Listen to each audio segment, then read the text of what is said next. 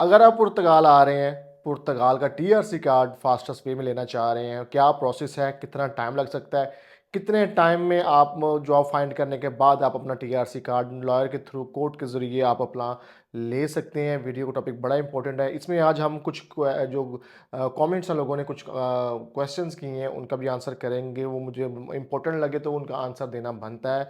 तो वीडियो को लास्ट तक आपने लाज़मी देखना है। आप इस वीडियो में आपके काफ़ी ज़्यादा डाउट्स क्लियर हो जाएँगे कि भाई प्रोसेस क्या है, पहले क्यों नहीं था, अब क्यों कि ये प्रोसेस हो रहा है।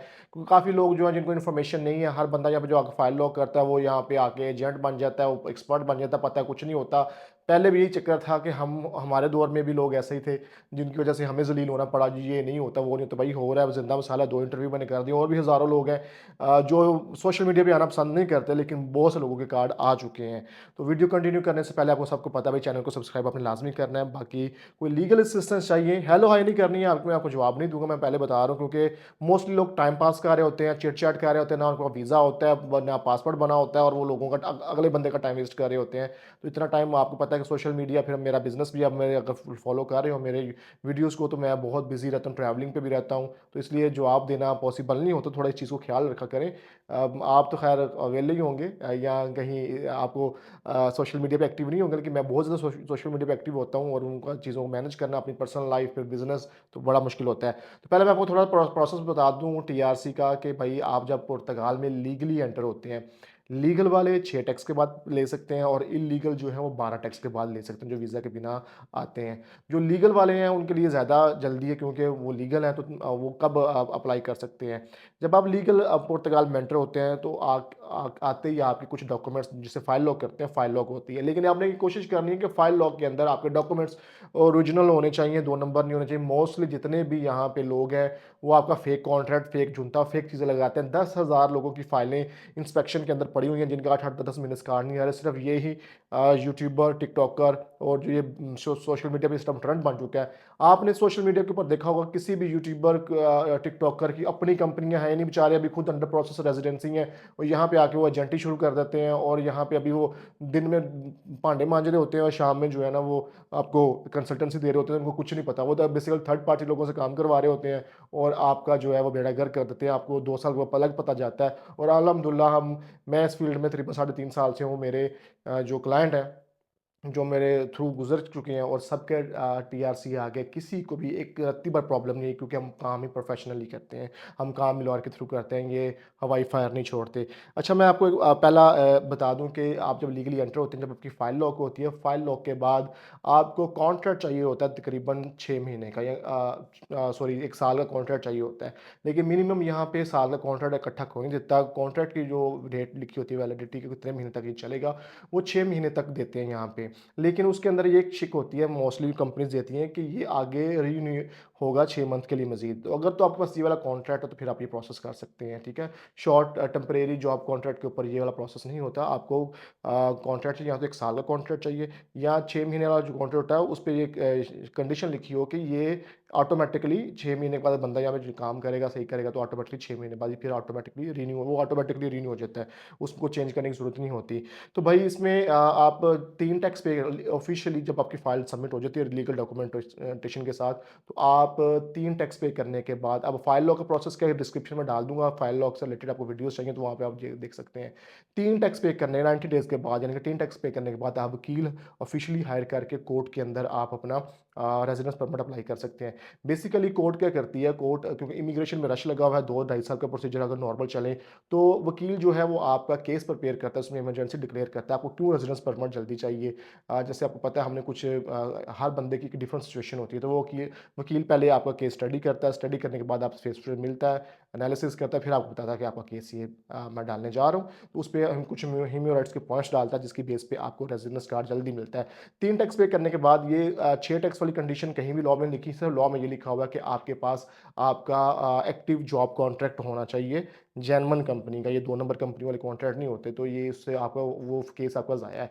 वो कॉन्ट्रैक्ट आपके पास होना चाहिए, तो 3 टैक्स के बाद आप अपना एलिजिबल हो जाते हैं 90 डेज़ के बाद। तो केस प्रिपेयर करने में वकील टाइम लेता है, फिर कोर्ट में भी डिसीजन आने में टाइम लगता है, तो ऑलमोस्ट आपके 6 टैक्स चले जाते हैं, तो आपका टाइम सेव हो जाता है। अगर आप 6 टैक्स पूरे करने के बाद आप करेंगे, अप्लाई करेंगे, तो भाई वो आपके 9-10 महीने में प्रोसेस चला जाएगा। तो ये एक एक चीज़ है। तो ये आपको वकील कोर्ट से परमिशन लेके देता है कि भाई इस बंदे ने इतने जो है वो टैक्स अपने जो लीगल लॉ के अंदर है अपनी रिक्वायरमेंट पूरी कर दी है, अब इसको रेजिडेंस परमिट चाहिए, इसने अपनी होम कंट्री जाना है या इमरजेंसी है, इसको ट्रैवल करना ज़रूरी है।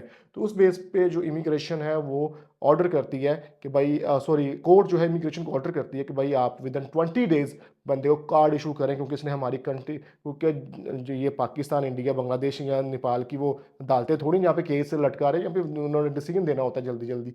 तो आपको डिसीजन मिल जाता है 20 डेज़ के अंदर, आपको कार्ड रिसीव हो जाता है, यानी कि आपके फिंगर हो जाते हैं, 20 डेज़ के अंदर आपको कार्ड रिसीव हो जाता है। अब इसमें एक पहला कमेंट हम पढ़ते हैं, तो ये प्रोसेस है।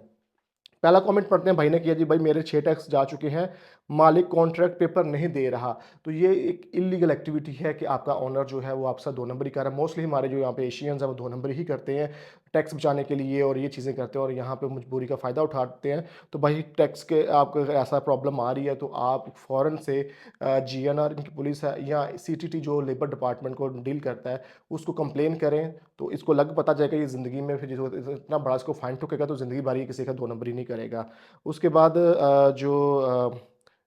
कमेंट है वो आप भाई का है, चीमा साहब आपको लंबी ज़िंदगी दे, थैंक यू सर, बहुत शुक्रिया। मिनिमम वेज कितनी है और मंथली टैक्स शेयरिंग कितना है? ये एक प्रॉपर एक टॉपिक है, इसके ऊपर हम अलग से वीडियो बनाएँगे।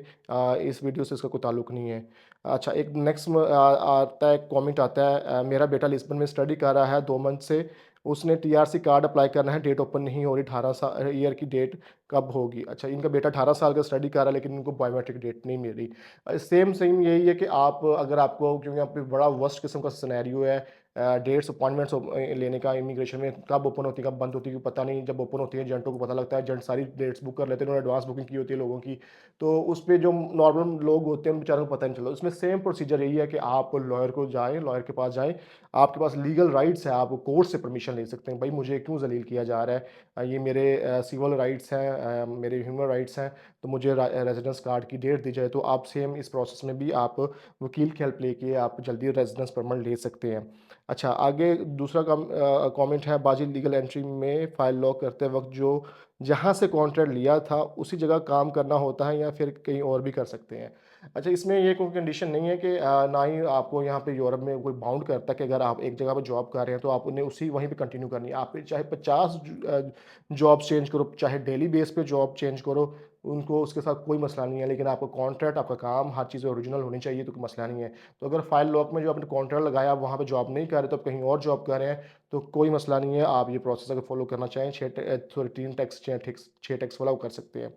अच्छा, एक बड़ा कॉमन सा जो है वो क्वेश्चन एक भाई ने किया है, सर कैसे वकील का नंबर सेंड कर दें और टैक्स 14 टैक्स चले गए हैं और पेपर एक नंबर है जिसमें, अच्छा ठीक है, ये भाई से मेरे साथ शायद बात भी हो गई थी फ़ोन के ऊपर, इन्होंने मुझे इंस्टाग्राम पे अप्रोच किया था। इंस्टाग्राम पे अप्रोच करना है तो आपने प्रॉपर मैसेज लिखना है।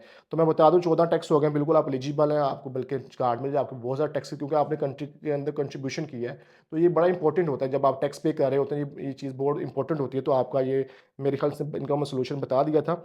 वही बात है कि आपके फ़ाइल के अंदर जो डॉक्यूमेंट्स लगे हैं वो ओरिजिनल होने चाहिए और आपके टैक्स जेन्युइन जाने चाहिए। और बाकी जो तीसरी बात है, अगर वकील का कॉन्टैक्ट नंबर या माँगते हैं ये लोग सोशल मीडिया के ऊपर, यकीन करें, हम सोशल मीडिया के ऊपर लोगों ने हमारी जान खाई होती है। मैंने कई लोगों को, जब मैंने इंस्टाग्राम पे वीडियो अपडेट की, लोग पाकिस्तान, इंडिया बैठे हैं, वकील को फ़ोन कर रहे हैं, तंग कर रहे हैं। तो उन्होंने कहा, "भई यार कि क्या कर रहे हो? हमारा नंबर ना किसी को शेयर करें।" लोग फ़िज़ूल में तंग करना शुरू हुआ। ये चस्का पार्टी ना, प्लीज़ इस तरह के काम किया करें।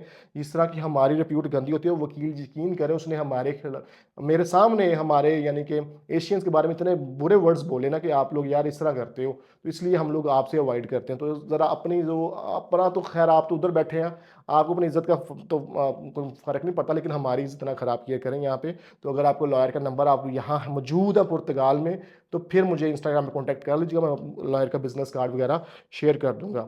आगे कमेंट है, baby born in Portugal, parents don't have TRC, no we need baby citizenship and parents TRC, please help me. ये भी एक डिफरेंट टॉपिक है, इसके ऊपर मैं अलग से वीडियो बना दूँगा, लेकिन बेबी की सिटीज़नशिप के लिए आपके पास 12 महीने का प्रूफ़ होना चाहिए, ठीक है?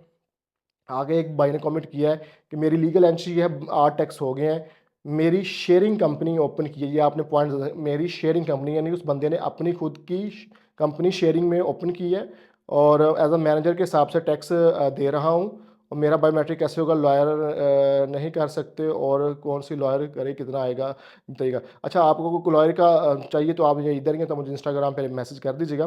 मैं आपको बताता चलूँ, बिल्कुल आप एलिजिबल हैं। अगर आप पुर्तगाल में आते हैं, आप अपनी कंपनी ओपन करते हैं और अपनी कंपनी में एज अ मैनेजर या डायरेक्टर काम कर रहे हैं और अपना उसके ऊपर टैक्स पे कर रहे हैं, तो भाई आप सेम राइट्स रखते हैं लेबर के, क्योंकि आप अपनी कंपनी के अंदर एज अ लेबर भी काम कर रहे हैं, तो आप अपना टैक्स पे कर रहे हैं। गवर्नमेंट को टैक्स चाहिए, तो आप जब टैक्स पे करते हैं तो आपके पास इक्वल राइट्स होते हैं, तो आप बिल्कुल अप्लाई कर सकते हैं। जैसे मेरी दो कंपनियाँ इस टाइम जो रनिंग है, तो मैं दोनों कंपनी में मैनेजर हूँ, मैं दोनों कंपनियों से सैलरी ले रहा हूँ, ठीक है, और उसके ऊपर टैक्स पे कर रहा हूँ।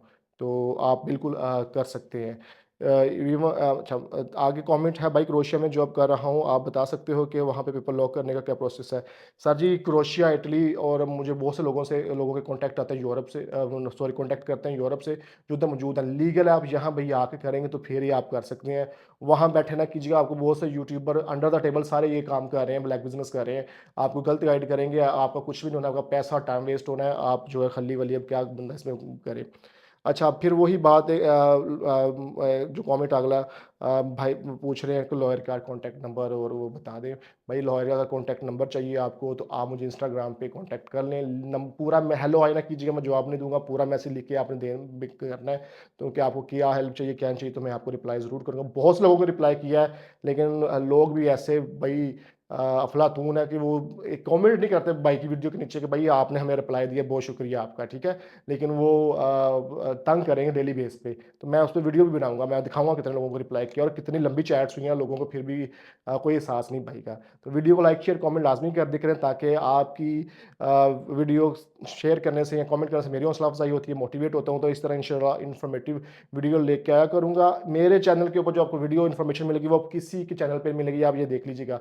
एक भाई मुझे कहते हैं, भाई मैं एक भाई के साथ एक यूट्यूबर ने फ्रॉड किया, कि मैं 1 मिलियन यूरो इन्वेस्ट करना चाहता हूँ। पहले आप ये सोचें, क्या वो जिस बंदे से आप रब्ता कर रहे हैं, जैसे यूट्यूबर टिकटॉकर से आप रब्ता कर, क्या उसकी इतनी वर्थ है कि वो आपकी तरह 10,000 यूरो भी इन्वेस्ट करा सके? शेयरिंग पे वो खुद रह रहा है, दिन में वो बर्तन मांज रहा है और सड़कों पे खड़े होकर वो अपने की वीडियो बना रहा है, जिसके अपने पास अपना जाती घर नहीं है यहाँ पे, वो आपकी क्या हेल्प कर सकेगा या आपकी वो क्या इन्वेस्टमेंट करवा सकेगा? थोड़ा खुद भी इन चीज़ों को जज किया करें कि भाई क्या मामला है, क्या नहीं। जिनके पास अपना घर नहीं है, स्पेस नहीं है, बेड स्पेस पे वो रह रहे हैं, 10 बंदों के अंदर झूम रहे हैं, बुरी बात नहीं है, लेकिन मैं आपको बता रहा हूँ, एक आपको मेरा काम है आपको एजुकेट करना, कि आप ये चीज़ें देखा करें, खुद एनालिसिस किया है ना कि आप बंदा हम इस वर्थ का है कि हम इससे अपना काम करवाएं या ये हमारे काम आ सकता है। तो बजी ये इन्फॉर्मेशन थी आज की। आपके जो कमेंट्स जो इंपॉर्टेंट मुझे टॉपिक लगे, मैंने कहा एक ही वीडियो में कवर कर दिया। अपना बहुत सारा ख्याल रखिएगा, मिलते हैं नेक्स्ट वीडियो में एक नए टॉपिक के साथ, एक नई इन्फॉर्मेशन के साथ। जी, अपना बहुत सारा ख्याल रखिएगा। अल्लाह हाफिज़।